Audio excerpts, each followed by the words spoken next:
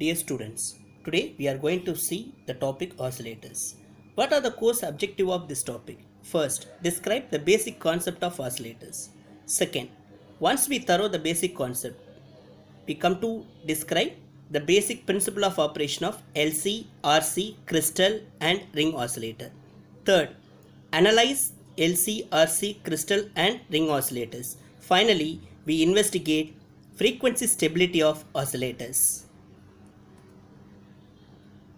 Let me start from the introduction. An amplifier with the positive feedback is called oscillator. With the gain is AF is equal to A divided by 1 minus beta A. This is the gain formula for positive feedback. So oscillator is a circuit that produces a continuous waveform on its output with only the DC supply voltage as an input, without any AC input signal. Depending upon the output waveform, there are two types of oscillators. One is a sinusoidal or non-sinusoidal oscillator. Here we focuses only sinusoidal oscillators. Then we come to the classifications. Depending upon the frequency range, the oscillators can be classified into 6 types. It starts from audio frequency oscillator to millimeter wave oscillator. Audio frequency oscillator whose range is 20 Hz to 20 kHz. Radio frequency or high frequency oscillator 20 kHz to 30 MHz. Very high frequency oscillator 30 MHz to 300 MHz. Ultra high frequency oscillator 300 MHz to 3 GHz. Microwave oscillator 3 GHz to 30 GHz. Millimeter wave oscillator greater than 30 GHz, that is 30 GHz to 300 GHz. What are the conditions for oscillation? First condition, that is the magnitude of loop gain must be unity, that is beta A should be 1. Second, the total phase shift around the loop is 0 degree or 360 degree, that means a positive feedback. These two conditions are known as a Bargason's criterion. Let's start from the sinusoidal oscillator first classification. The sinusoidal oscillators can be further classified into major two types. One is a LC oscillator, other one is a RC oscillator.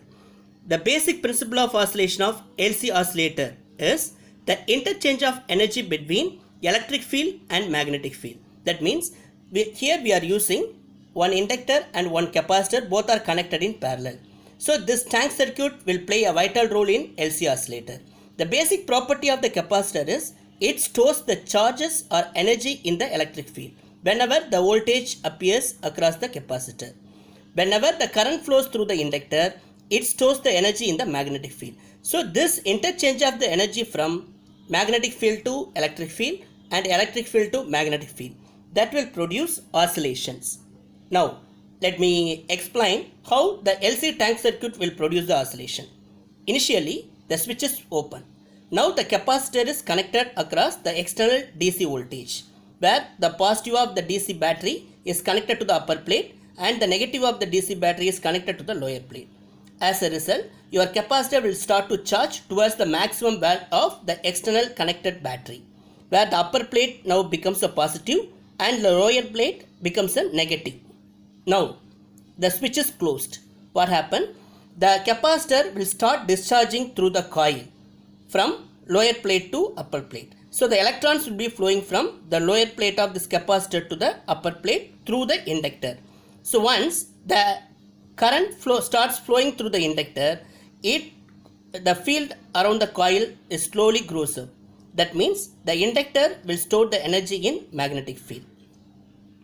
Once the capacitor is fully discharged, the entire energy will be converted into the magnetic field energy around the coil. Once the capacitor is fully discharged, the current conduction or current flowing through the inductor will be stopped.